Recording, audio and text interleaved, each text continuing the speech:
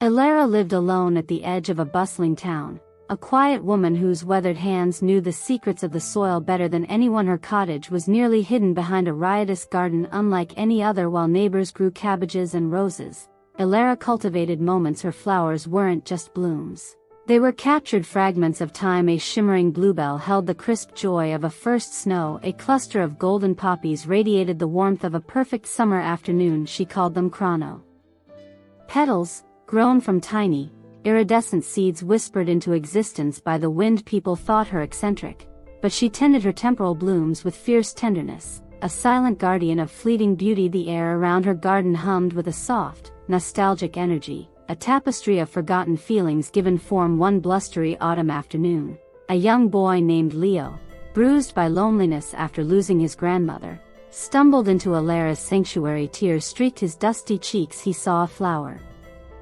that pulsed with a soft, comforting light, its petals the exact blue of his grandmother's favorite shawl. Without a word, Elara gently broke off a single petal and placed it in Leo's palm. As it touched his skin, a vivid memory washed over him, not just an image, but the feeling, his grandmother's arms around him, the scent of her lavender soap, the low rumble of her laughter as she read his favorite story. It wasn't a ghost. It was pure, embodied love. Leo looked up, eyes wide with wonder, his grief momentarily cradled in warmth. Elara simply smiled, her own eyes holding centuries of quiet understanding. Word of Leo's experience spread slowly, like morning mist. People began visiting Elara's garden, not to gawk, but to seek solace. A weary baker burdened by worries touched a silver-leafed plant and felt the uncomplicated peace of a childhood nap. A stern-faced widow brushed against a vine of tiny, star-shaped white flowers and was enveloped in the fierce, protective love she'd felt. Holding her newborn son, Elara guided them silently, showing them which blooms held courage, which held serenity, which held simple joy. She never took coin.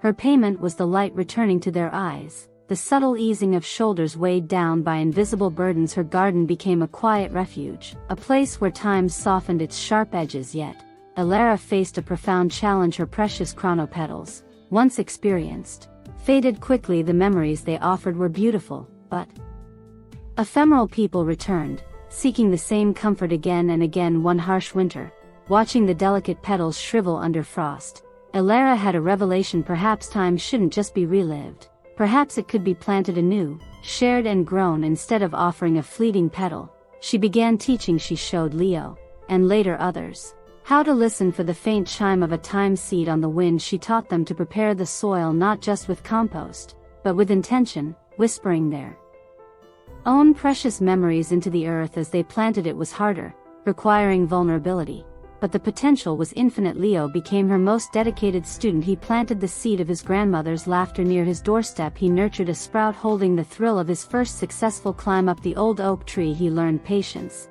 watering not just with water, but with focused remembrance. Slowly, his own small garden began to glow. He shared petals with his grieving mother, offering her a tangible piece of her own mother's warmth. He gave a timid classmate a flower imbued with the courage Leo felt during a storm, helping him face a daunting test. The act of planting his own time, then sharing its bloom, healed Leo in a way consuming memories never could. He saw how planting fortified the heart. Years flowed like a gentle stream. Elara grew frail, her movements slower, yet her garden flourished more vibrantly than ever, enriched by the memories planted by others she'd taught. One tranquil evening, as the setting sun painted the Chrono-Petals in fiery hues, Elara sat beside Leo. Now a young man. Time isn't just behind us, Leo, she murmured, her voice soft as rustling leaves. It's all around, waiting to be nurtured. Plant your joys, plant your kindness, plant your moments of courage. Let them grow and spread. That's how moments become forever. She placed a small, glowing seed, pulsing with pure, golden light, into his hand, a seed containing the profound peace she felt. Right then, the next morning, Elara was gone, her body resting peacefully beneath her oldest oak. But Elara's garden didn't die, it thrived. Leo tended it, and taught others as she had taught him. The garden expanded, weaving through the town, tended by many hands. People planted seeds of forgiveness after arguments, seeds of shared triumphs, seeds of quiet contentment found in everyday life. Walking through it became like walking through a living tapestry of the community's collective heart. Children played Near flowers humming with ancient laughter, elders sat beside blooms radiating youthful hope. The air shimmered with a timeless,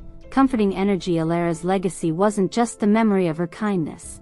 It was the everlasting garden itself, a testament that the most precious moments aren't lost to time, but sown with love, nurtured by community, and blooming forever in the hearts of those who tend them. The gardener who planted time had shown them how to grow eternity, one shared moment at a time.